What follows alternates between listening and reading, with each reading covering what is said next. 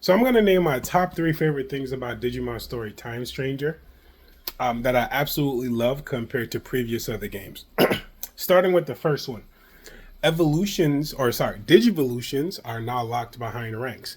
So if you've played Cyber Sleuth, or if you've played but there's two Cyber Sleuth and Cyber Sleuth Hacker's Memory, or Digimon World Next Order. You didn't have you either didn't have control. So next order, you really didn't have control because you had to train your Digimon a certain way, and you had to unlock those requirements by doing a whole bunch of stuff.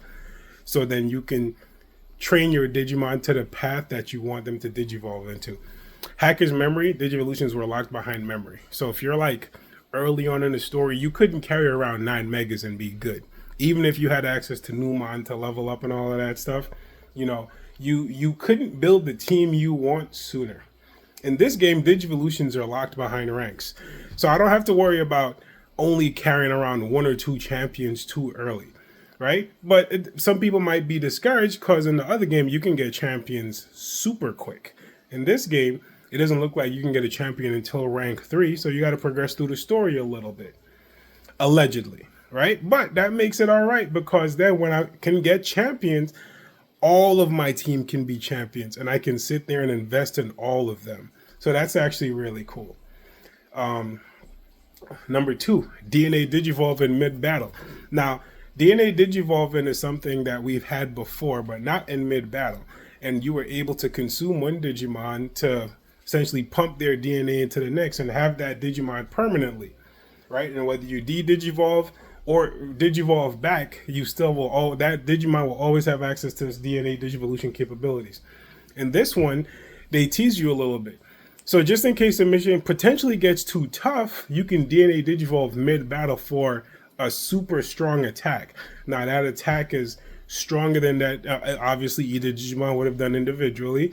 So it's like having access to an ultimate Digimon or a Mega Plus for when you get hit Megas. You might have War Greymon and Garurumon make an Omnimon for one attack and then de-Digivolve. So I think that's pretty cool. That's a nice feature, especially if you're in a tough situation. And last but not least, the level system.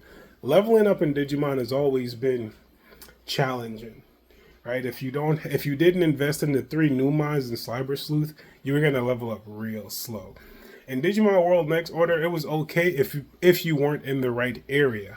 And then if you get too strong in a certain area, then your limit is already there. This one, all you got to do is load Digimon. Even a level 1 champion that you can probably generate in the wild or whatever from collecting data can pump up your Digimon strength exponentially. So I think it'll make Digimon of leveling up a lot easier.